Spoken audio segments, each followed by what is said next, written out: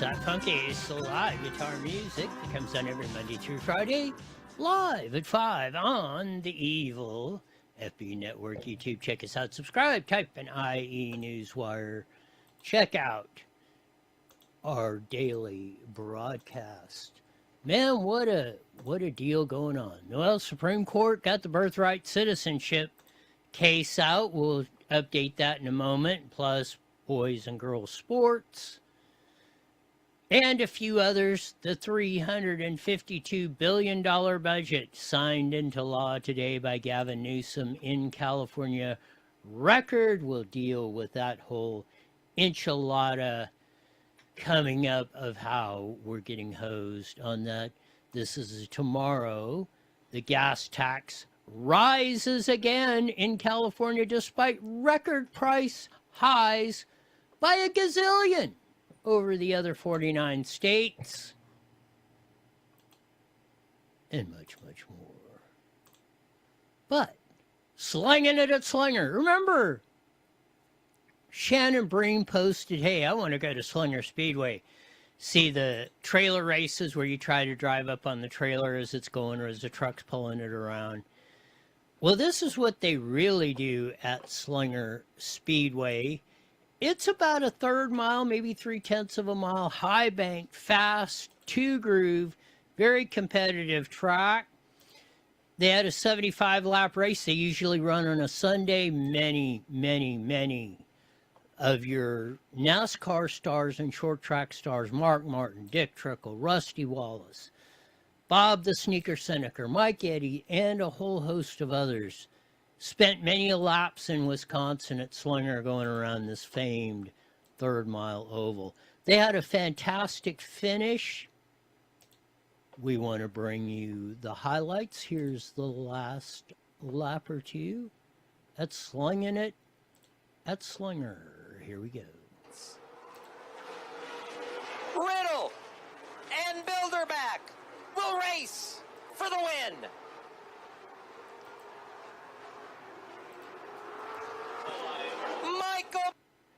Michael Bilderback won it over Frank Riddle with 4 cars coming right across the line. And they went at this tooth and nail for 75 laps of that. It was a tremendous race. I mean, sometimes there were 4, 5, and 6, and 7, 8 cars. I mean, stacked up battling 2 wide all across. And that's typical of the racing you see at Slinger or many of the other tracks all across the country. Man, if you want a good time, you wanted the best bang for your buck, go to a short track. There's thousands of them across America, and there's one running within driving distance of you every week. We have Parasada Speedway, Orange Show Speedway, Ventura, Verona, sometimes El Centro. Fantastic racing goes on, is, and hopefully continues, only if we do not let it fail.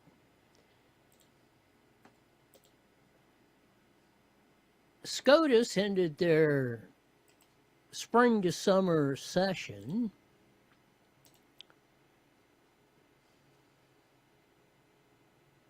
we had some good decisions, at least in my opinion. We had some not so good decisions. 10 of them came out, the last 2 or 3 today on their last day before they reconvened back in October. How'd you like it? This is like school. Even better. I mean, when I was in school, you got out first week in June and you came back first week right after Labor Day on Tuesday in the first week of September, first Tuesday in September. So you basically had 3 months. These guys take, well, close to 3 too. See if you're July, August, September. So it's basically like, I mean, they run this like a school. I mean, 3 weeks for Christmas, 2 weeks for Thanksgiving, spring break, all the amenities of being a Supreme Court justice. Thing of it is, and one thing about the Supreme Court is they don't have to take a case. They don't have to do anything. They could mail it in. They can take up They have the authority to pull any case from any court in the United States that has to do with a constitutional issue. They can't do states, cities, municipals under their jurisdiction. No, it has to be the only thing the Supreme Court does is with federal law and the federal Constitution and federal disputes and the disputes between the states.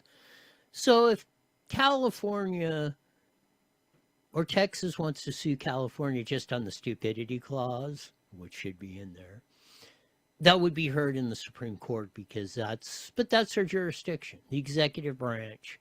They really have the most narrow powers of the three branches, legislative, executive, and the judicial. But they came up with the two biggest decisions, and we'll get into them in depth here in a bit. The birthright citizenship, I thought we were going to I figured we were going to split the two, the voter ID, and probably win that 5-4, probably lose the birthright citizenship 5-4. We lost them both. We did get kind of no men or boys and women's, girls sports, kind of. We did have the two gun ones, we were good. Campaign finance, we were pretty good. Asylum, you have to be on American soil to declare asylum. That was a good one. The administrative power to remove cabinet members and stuff was 60-40 good, I would say.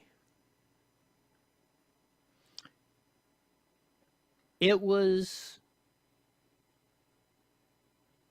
grievance warrant surveillance. I think that was a good one. That was a win for freedom. They just can't, just because your cell phone ping near a crime doesn't mean that law enforcement has carte blanche to use that as evidence. They still got to prove that you had something to do or you had the possibility of doing something with a crime committed in that area.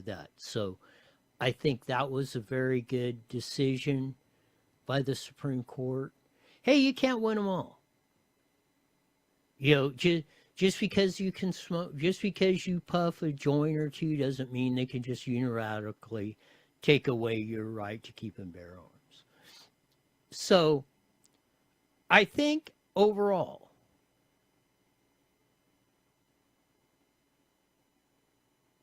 it was pretty good. We lost two big ones. We're not necessarily out of the woods.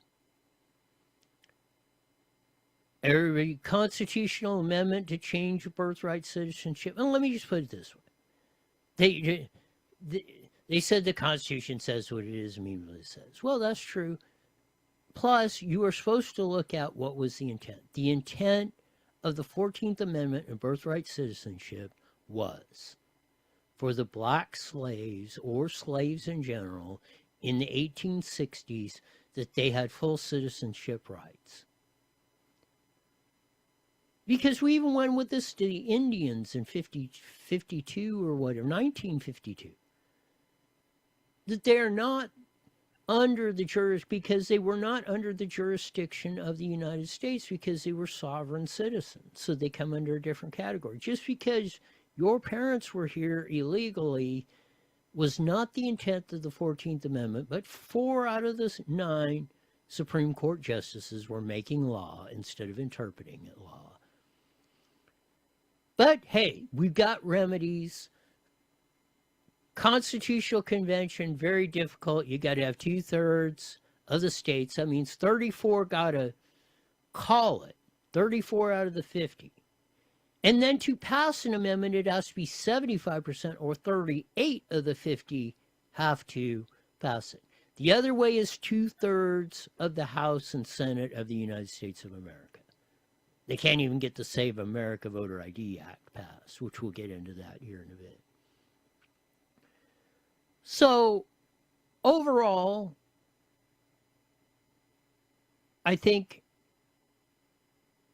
I mean, I can't say. Overall, it was a winner. There were two pretty big defeats, the voter ID and the birthright citizenship. There is another avenue. Kavanaugh suggested it in his dissent in the one part of of it. He went half and half. There were two actual votes, and getting in the weeds. But he suggested if Congress just passes a law clarifying birthright citizenship, it would, that could clarify what needed to be done. The only other option, and again, this would be a long shot unless the Supreme Court changes, is if a state refuses to, let's say, a child is born to an parent, mom, who's in the country illegally, is born here, and let's say the state of New Mexico decides not to issue that child a birth certificate. Then that could be taken back to the Supreme Court, and potentially that could be reversed, but I would think you would have to have a change between Roberts, Barrett, Sotomayor, Kagan, or Jackson, which seems relatively unlikely because all of them are fairly young. I think it's either Sotomayor or Kagan does have, like type 1 diabetes, so she does have some health problems. But the two oldest are the ones in their 70s are Clarence Thomas and Alito, and they voted for it. So even if they quit, you would have to gamble, and it's always a crapshoot on the Supreme Court. You would have to gamble you would get two that would replace those, and or Kavanaugh or Gorsuch, but they were recently appointed under Trump 1.0, and they're fairly young, so you wouldn't think that. But really, you would almost, it would probably behoove a state not to move on not issuing a birth certificate to get it back up to the Supreme Court, only if you replaced one of the five with a more originalist look at the Constitution going forward. But, hey, you take your chance. Trump did what he could. He signed the executive order, lost at the Supreme Court. They will, and he suggested today that same thing. Congress take up the act, pass that you have to be born of citizens of the United States. So we'll see how that reacts. Hey, you pay your money, you take your chances. We'll catch into this, the budget, and more on the rest of today's show.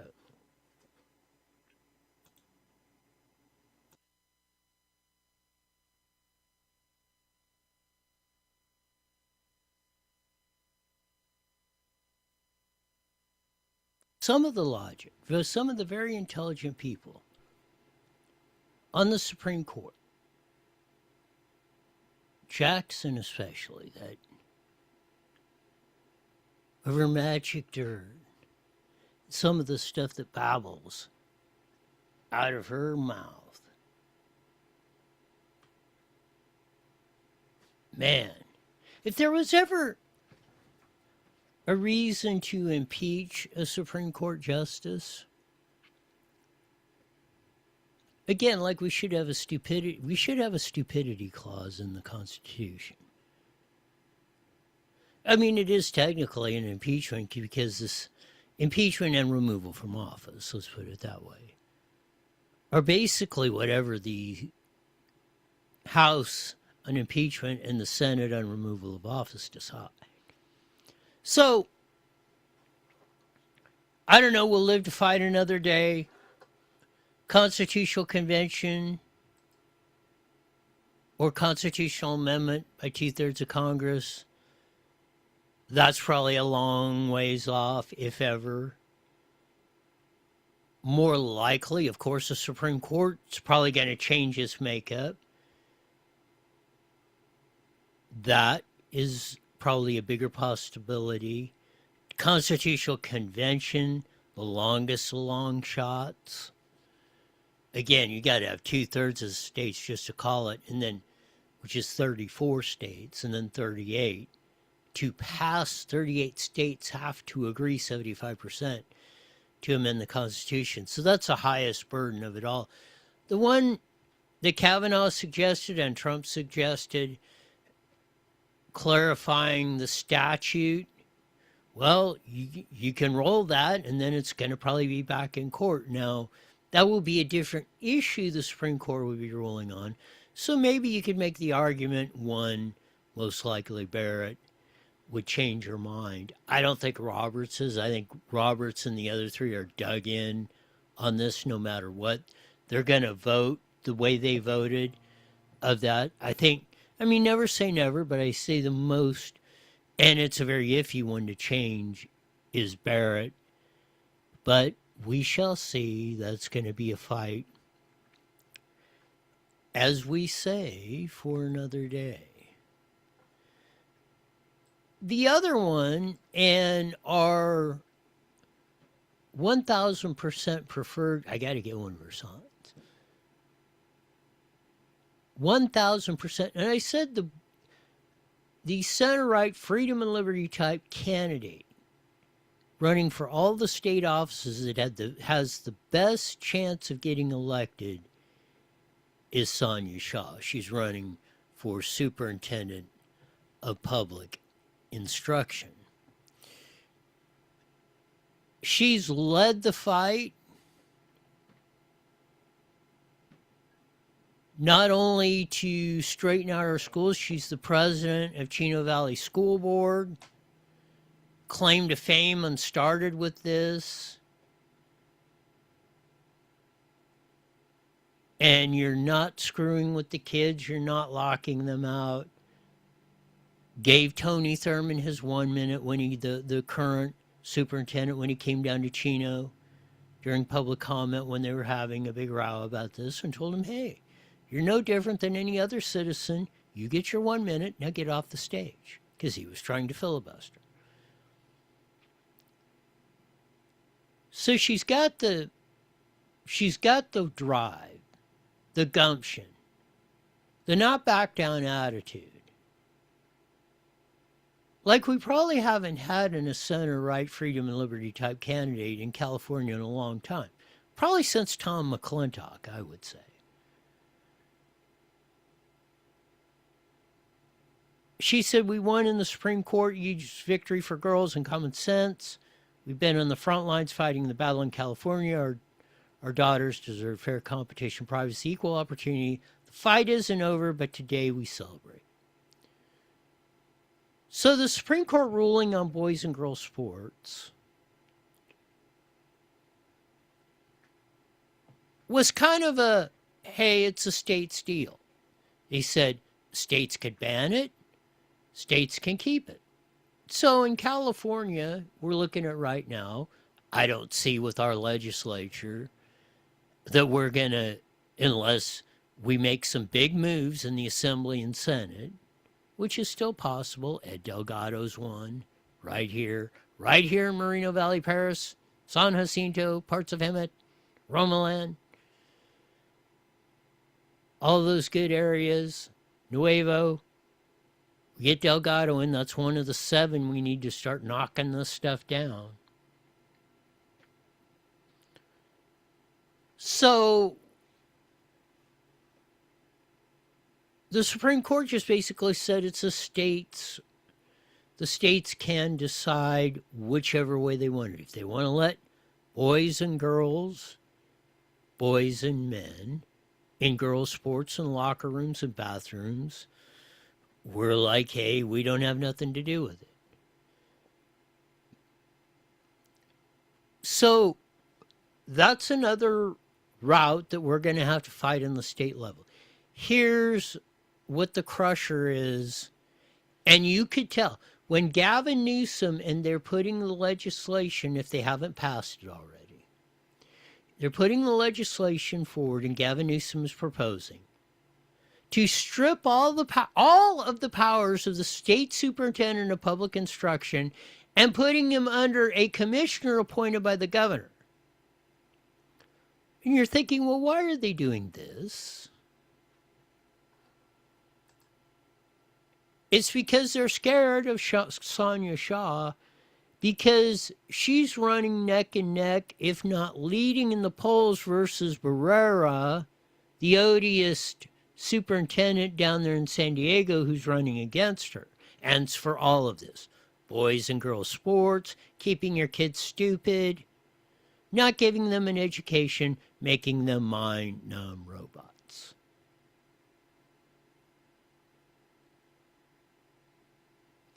They wouldn't be moving at this if they didn't think Sonia Shaw had a hope of winning. Newsom would not be proposing, and the legislature wouldn't be attempting to pass stripping the state of a state constitutional office that the people voted for and is required under the Constitution.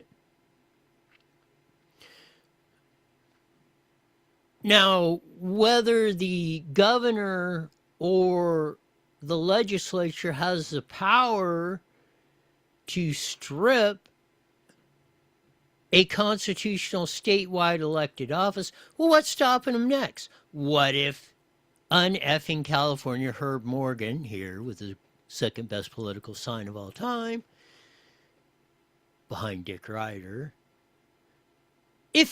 but if they decide, well, we're just going to, the controller's office can start auditing and questioning and shutting down payments if they suspect fraud, well, we'll just strip the controller's office of all their authority.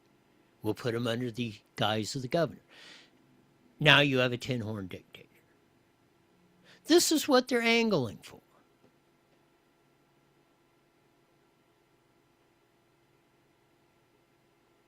And the reason, and this shows you, the reason they're taking this action against the office of superintendent, why all of a sudden now? Why didn't they do it 8 years or 7.5 years ago when Newsom came in and Tony Thurmond was elected? Because Tony Thurmond's going to make your kids stupid. He's going to continue ruining the education in California. He's going to continue to let boys beat up on the girls and girls' sports and walk into their bathrooms and locker rooms and on and on.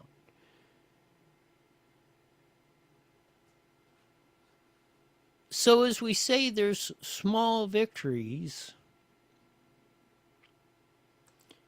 At least the Supreme Court didn't say, oh, like birthright citizenship, oh yeah, they've carte blanche, 50 states, they can do it. So again, we live to fight another day.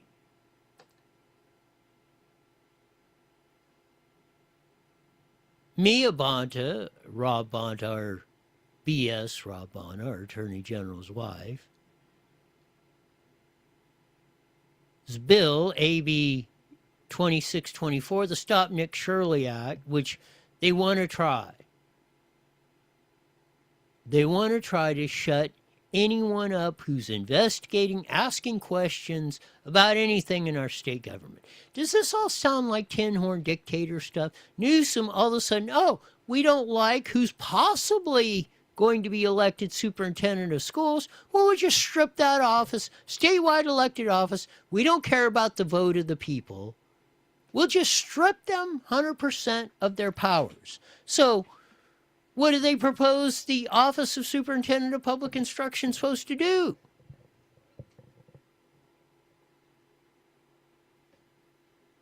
They probably don't. They'll probably strip all the money. Won't even have an office. No staff, no nothing. No powers, no nothing. That's AB 2624, the Stop Nick Shirley Act.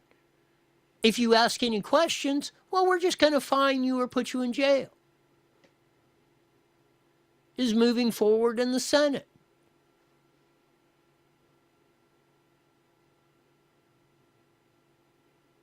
It will criminalize and punish anyone from looking into fraud inside immigration communities in California.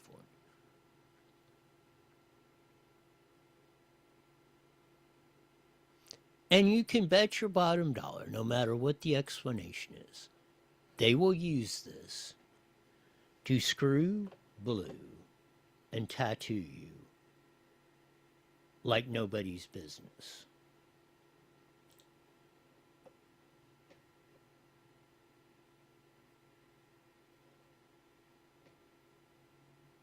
Melissa Ann Murray posted this. This is from Chloe. Talk about the communist takeover of the United States through the guise of the Democratic Party. Let's see what Chloe has to say. Here we go. But instead of electing normal Democrats, voters chose their farther left socialist candidate. These guys, all backed by Zohran Mamdani and all America hating. This one, Daria Liza, she recently converted to Islam and said she would use the American flag to wipe if she forgot a napkin. She co-founded a group at Columbia whose stated mission was the total eradication of Western civilization. She's going to Congress. This one, Claire Valdez, ran on granting citizenship and voting rights to illegals using your tax dollars for trans, surgeries, and the elimination of private insurance. Communist in Congress. Brad also won, but he's technically Jewish, so he had to pretend not to be and do this to get elected. Say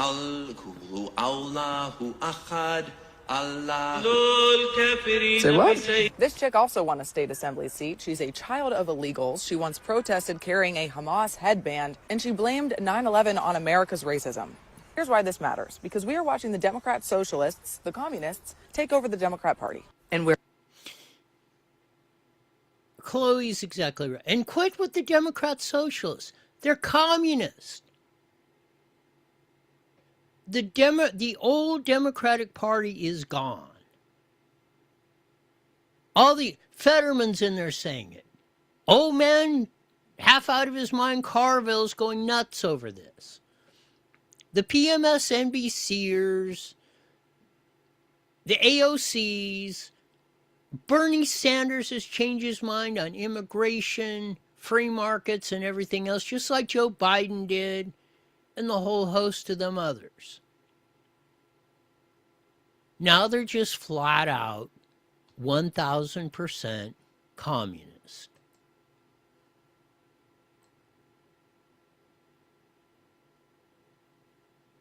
This is David Jenkins, top leader of the Democrat Communists of America. It should be DCA. Democrat should just be CA like California. Communists of America. Because it started here. Here's a short one from this clown. Here we go. I mean, our goal is liberation. Our goal is communism. I mean, our goal is liberation. Our goal is communism. I mean, our goal is liberation. Our goal is communism.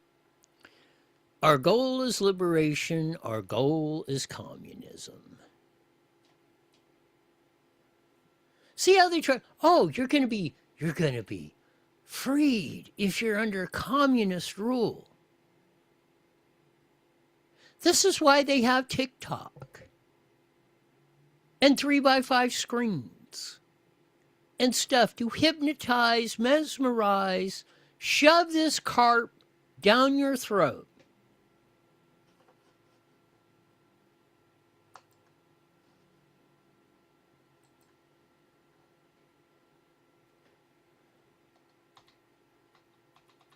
This didn't start yesterday.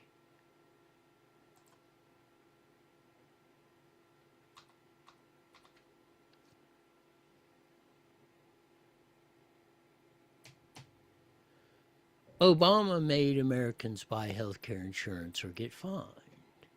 Biden made you take a shot or get fired. Tell me again. Play it again, Sam. How Trump is a fascist dictator. How many times have I told you the ones that are shouting racism are the real racists? They're switching the terms on everything.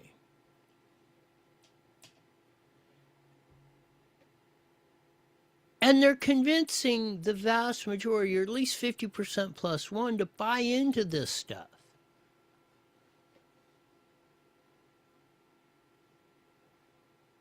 It's almost like beyond criminal.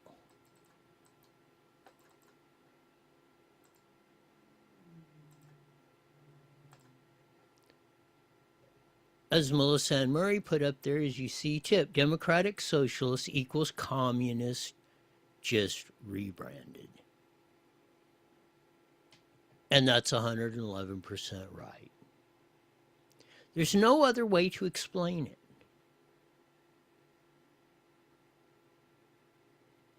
There is no such thing as a Democratic Socialist. There is no such thing as a Democratic Communist of America or Democrat Socialist of America. That's why they should just be CA. Like as they started in California, they are Communists of America. Period. They're communists. They want to rule. You, the 1.3% are going to rule. The 98.7% of you are going to obey.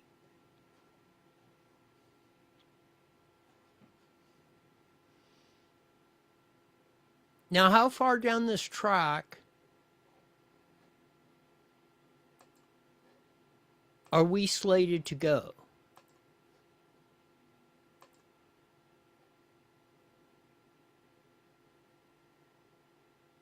We're working on it.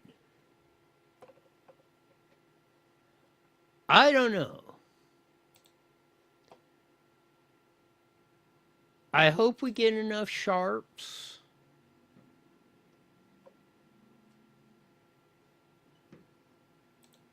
Or we wake up in time to fend this off.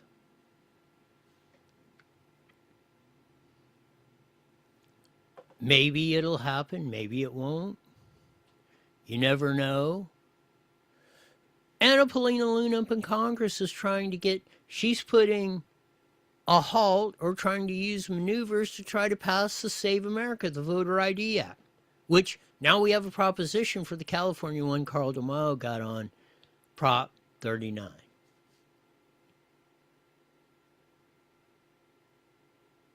So I think that may go a good way to save California in our elections. Because if you have to have photo ID to vote, how do you do that with a mail-in ballot?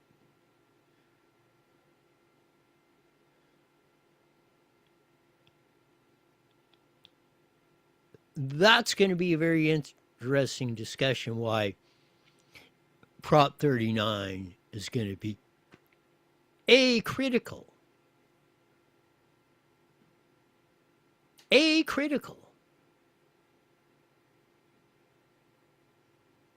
In how this is all going to work and how we can start getting back control of our elections. It's going to be interesting to see how the Riverside County vote count, Sheriff Chad has the ballots thing going out in the Prop 50 deal. I'm sure Team Temecula will have a lot on their plate about that.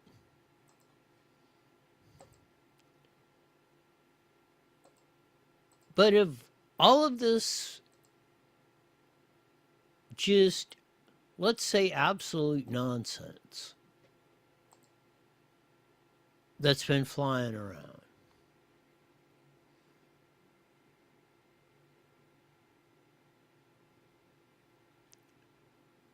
it's absolutely nuts.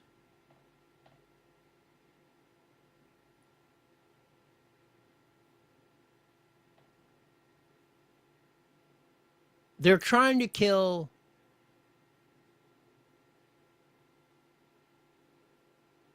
the sex offender bills can't run in our elections.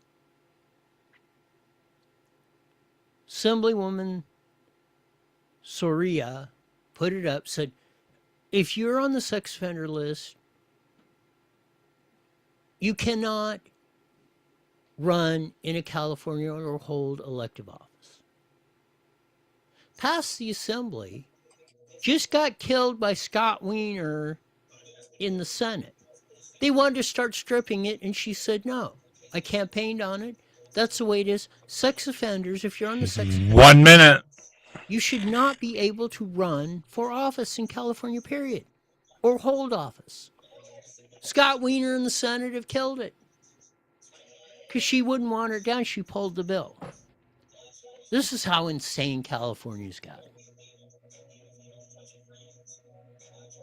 Vaya caramba, what a deal we got.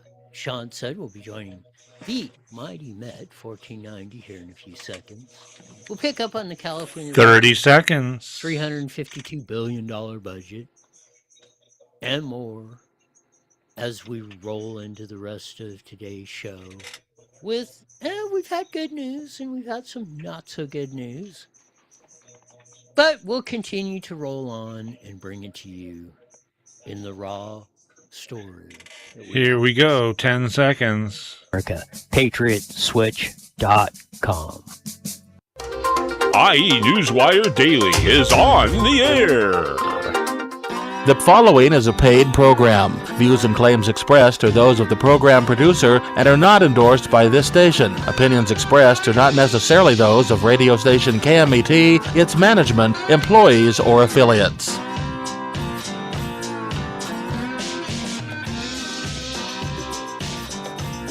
There's a funky slide guitar music that comes on every Monday through Friday, live at 5:30 on the Mighty Met 1490 AM, broadcasting all over the Inland Empire in the aforementioned AM band, joining our vast video audience in the Evil FB Network, YouTube. Check us out, subscribe, type in IE Newswire on those, or Roy Bleckert. You'll see my nice smiling, shining face, lots of stuff.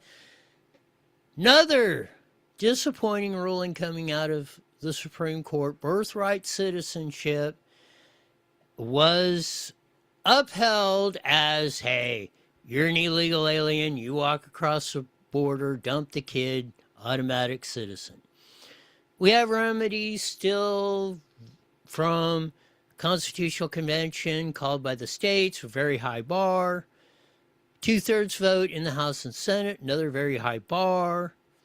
Possibly redoing U.S. Code and then bringing it back up under that, further clarifying the law, as Justice Kavanaugh suggested in his dissenting opinion or sub-dissenting opinion on that, and President Trump suggested, hey, Trump signed the executive order, said this, tried the Hail Mary pass, Supreme Court shot it down, so we'll have to work different avenues.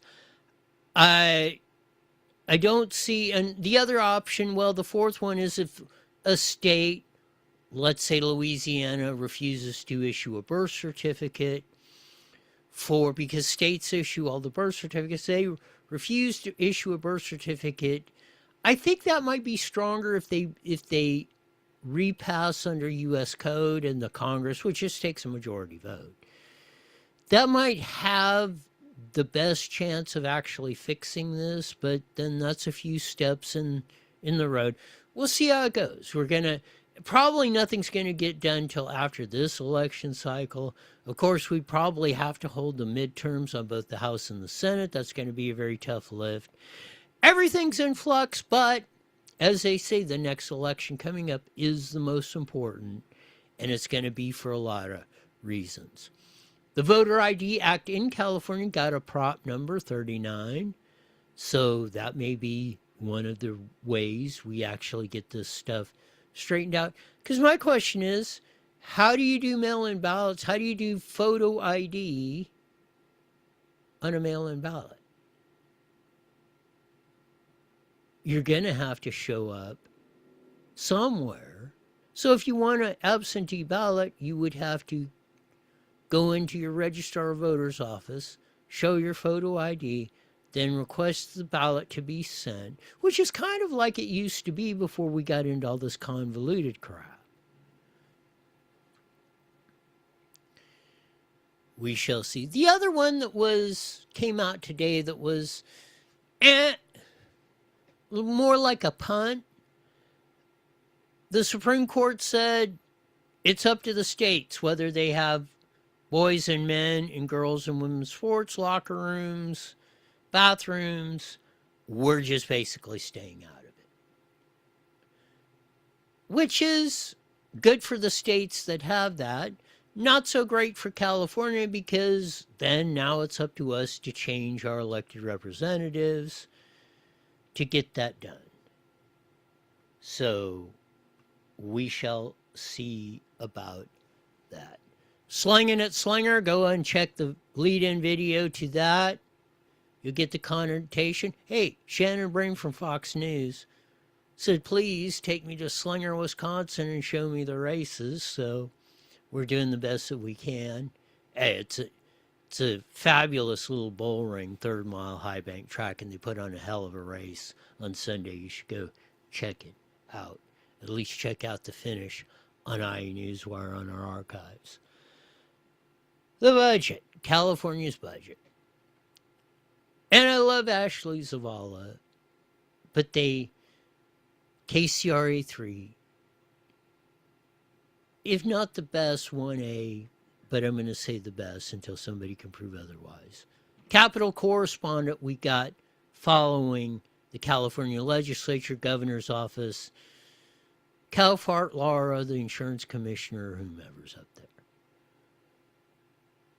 The only thing is, learn how to accurately or more effectively present your case.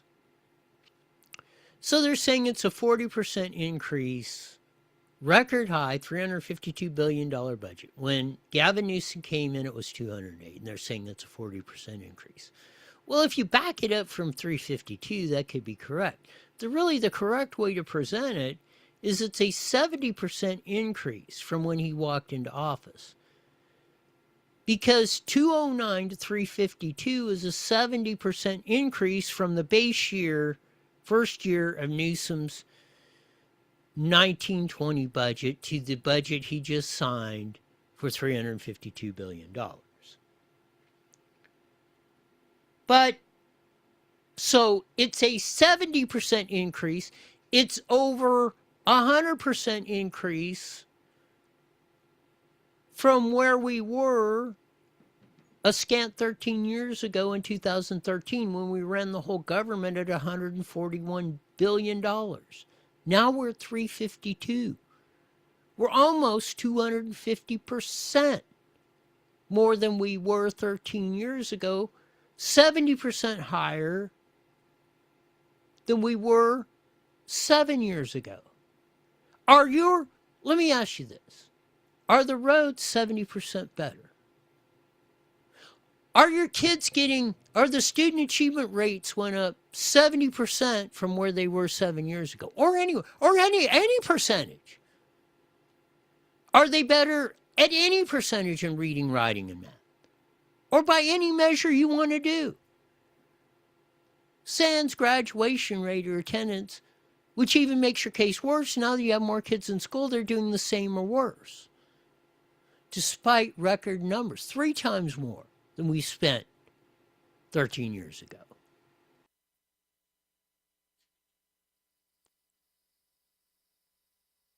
It's nuts by any metric.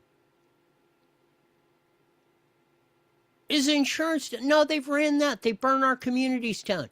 As vagrancy went down 70% in the last 7 years under Gavin Newsom. And we can go on and on and on. Has government delivered 70% more government services to you? Healthcare's a mess. We can't afford this. We're going to have to cut that. Let me stop before my head explodes. We'll get to Ashley Zavala and the KCRA 3 report.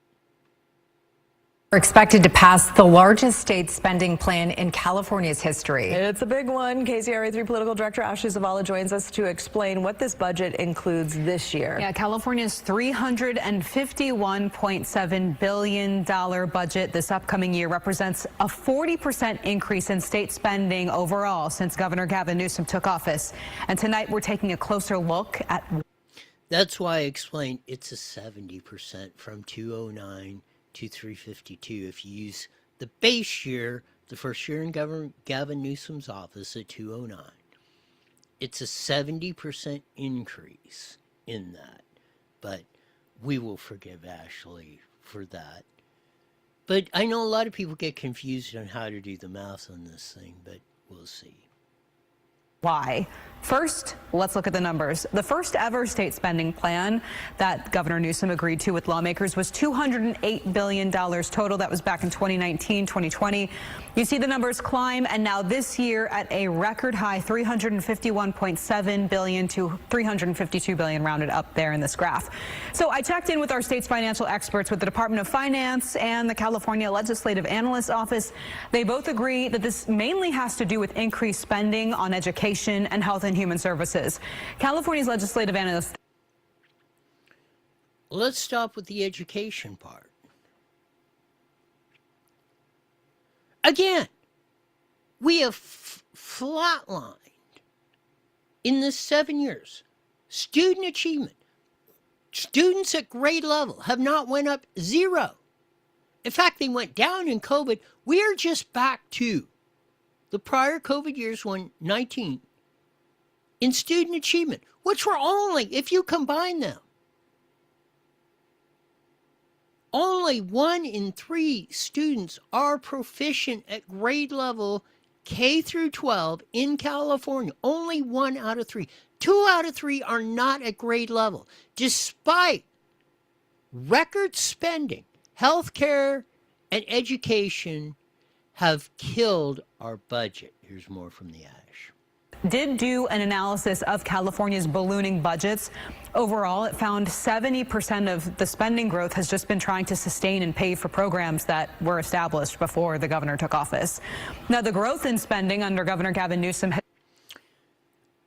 So that means 30% are new programs. That's $115 billion. That's exactly as almost, I said 160. If the original GAN spending caps were in place, that the budget base year from 19 was allowed to grow at population and inflation growth, and the rest had to be returned to the taxpayers, we would be getting a $116 billion tax refund today. $3,900 per household, $3,900 for every household in California.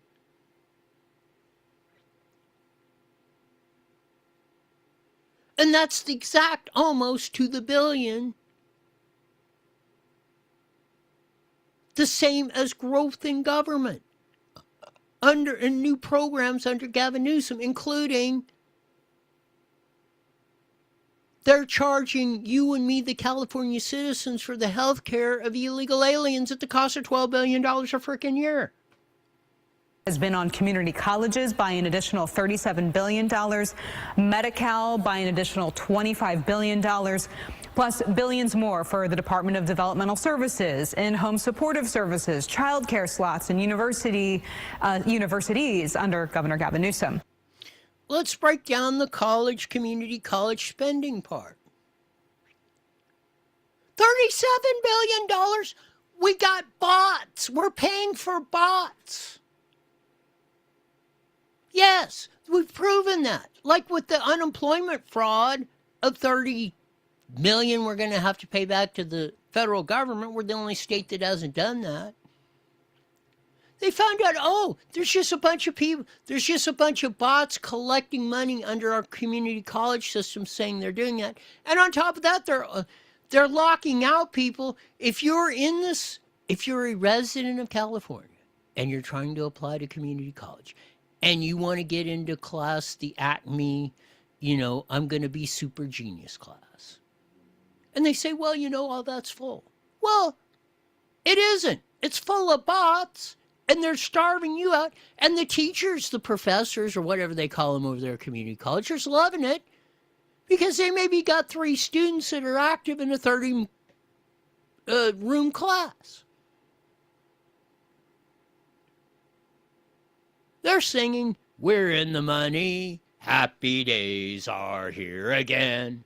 The skies are blue and clear again. I mean, they're just past the martinis and the caviar. Holy cow. Medi-Cal spending through the roof. Here we go. Now, Medi-Cal is California's health insurance program for lower-income people. Governor Newsom has expanded this program to cover more people, including undocumented immigrants. For this year's budget, about 2 million undocumented immigrants are on Medi-Cal. New adults ages 19 to 65 are not able to sign up right now, but undocumented children and seniors can. Now, starting in July of 2027, under this new state spending plan, the state will charge each undocumented individual $50 a month for that coverage. In a hearing today, this was a point of tension between the Republican and Democratic leaders of the Assembly's Budget Committee who... So how much of this $12 billion that we're paying? Half of the Medi-Cal growth is providing health care to illegal aliens in the country illegally. Half of that $25 billion.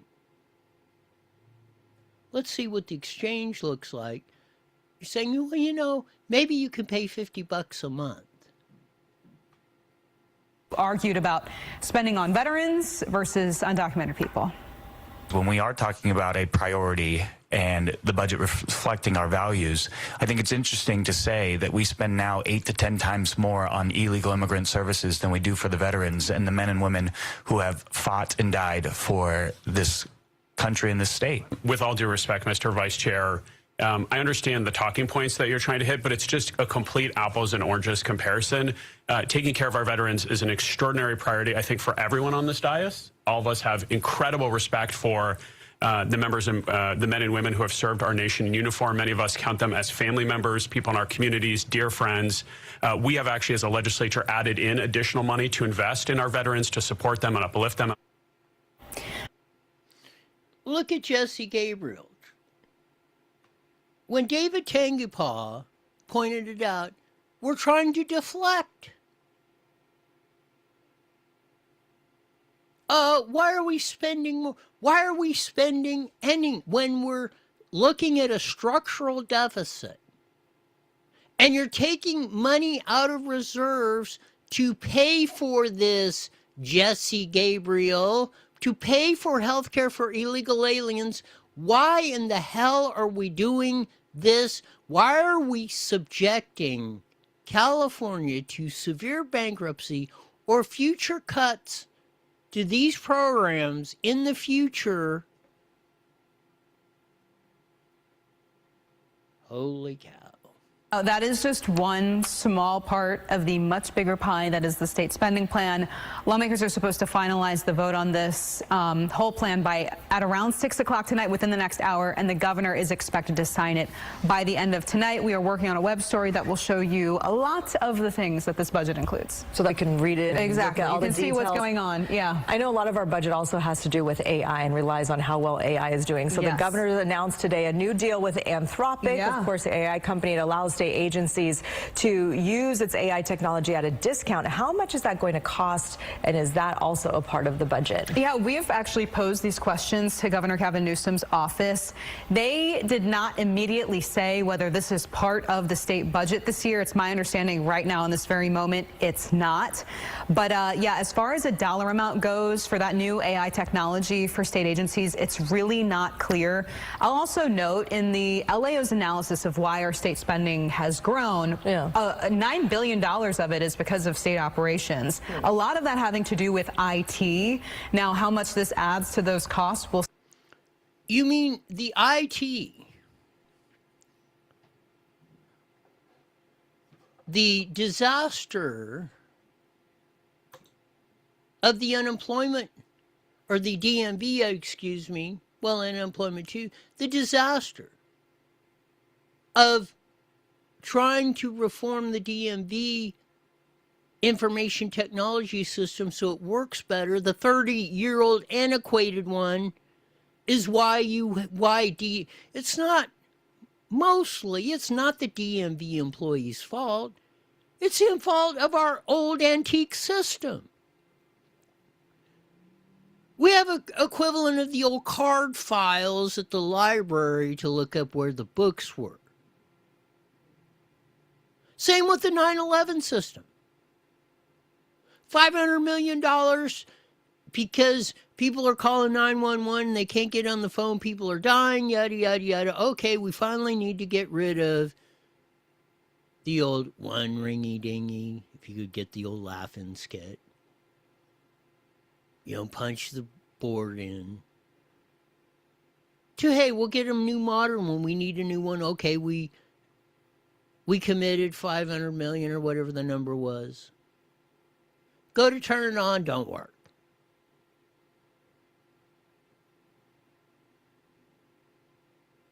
Time after time. Vagrants, 100 billion, 200 billion, 300. We're going to fix it. 20 some plus years. It gets worse and worse and worse every year.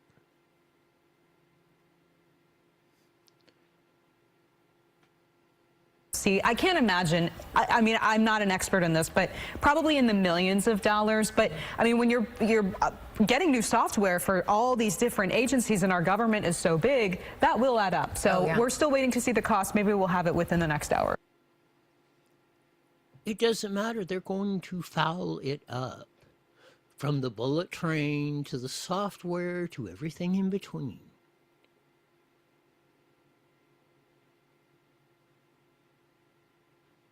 Herb Morgan has said it best.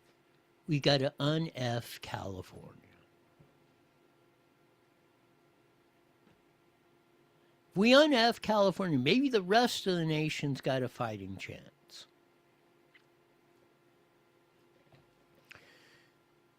It's going to be a hard pull. No doubt. The communists have infiltrated, not Democrats, communists. There are no more, or barely, hanging on by a thread. As they say, moderate Democrats. There aren't even hardly any just liberal, old-fashioned, liberal Democrats.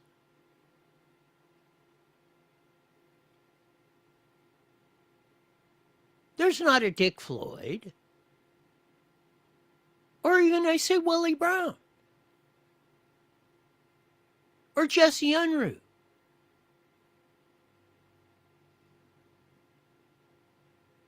They're gone. Those whole level-minded, at least, hey, we're going to make it work. Hey, we're going to extract our little piece. But in the end, we're going to work it out with everybody. We're going to get something we can all live with and prosper with. And everybody will move forward. And we'll go to fight the next battle and on and on. Now it's, hey, we're just going to burn it frickin' down.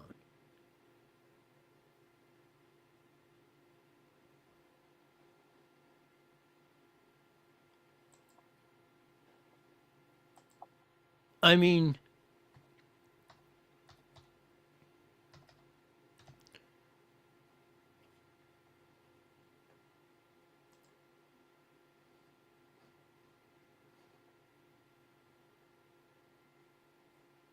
I just got to refer to Thomas Sowell, 96th birthday, from California, or at least lives here. He's been putting this stuff out, Stanford University, for years. The Price of Bad Ideas with Thomas Sowell, Uncommon Knowledge. Thomas Sowell, one of the biggest free market, empowering everyone person in the United States.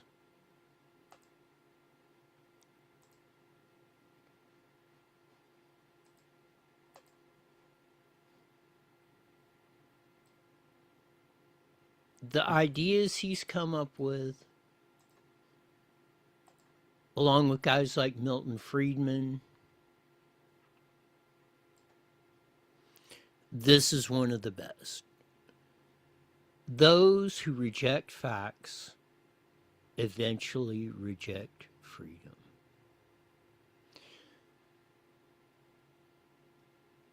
That's what we're suffering from. We're rejecting the facts. The fact is, nothing is free. Somewhere, somebody, either by the sweat of their brow or the money they earned, paid for something got at no charge to them. Whether it's $12 billion in healthcare for illegals, that is not free. That is, the government took a gun and pointed it at the California citizens and said, give me your wallet, and we're taking the money that you earned from your labor and we're giving it to someone else.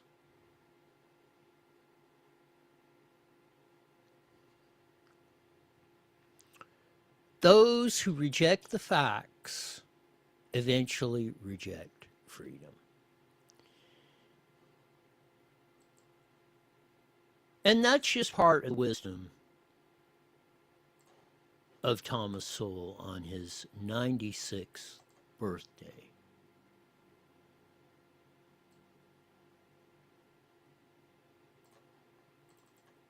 And it's fitting that we roll some more of this.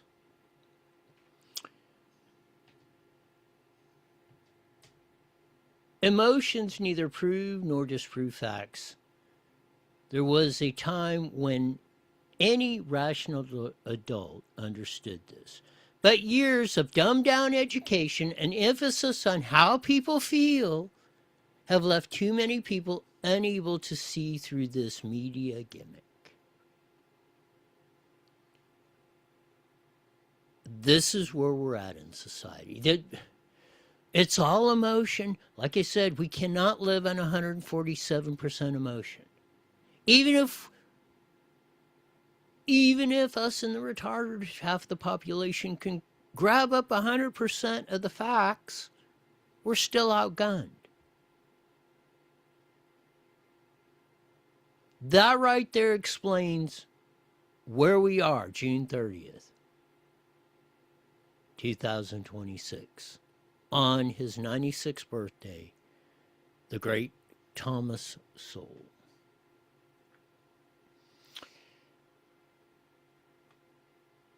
Man, oh man, what a deal.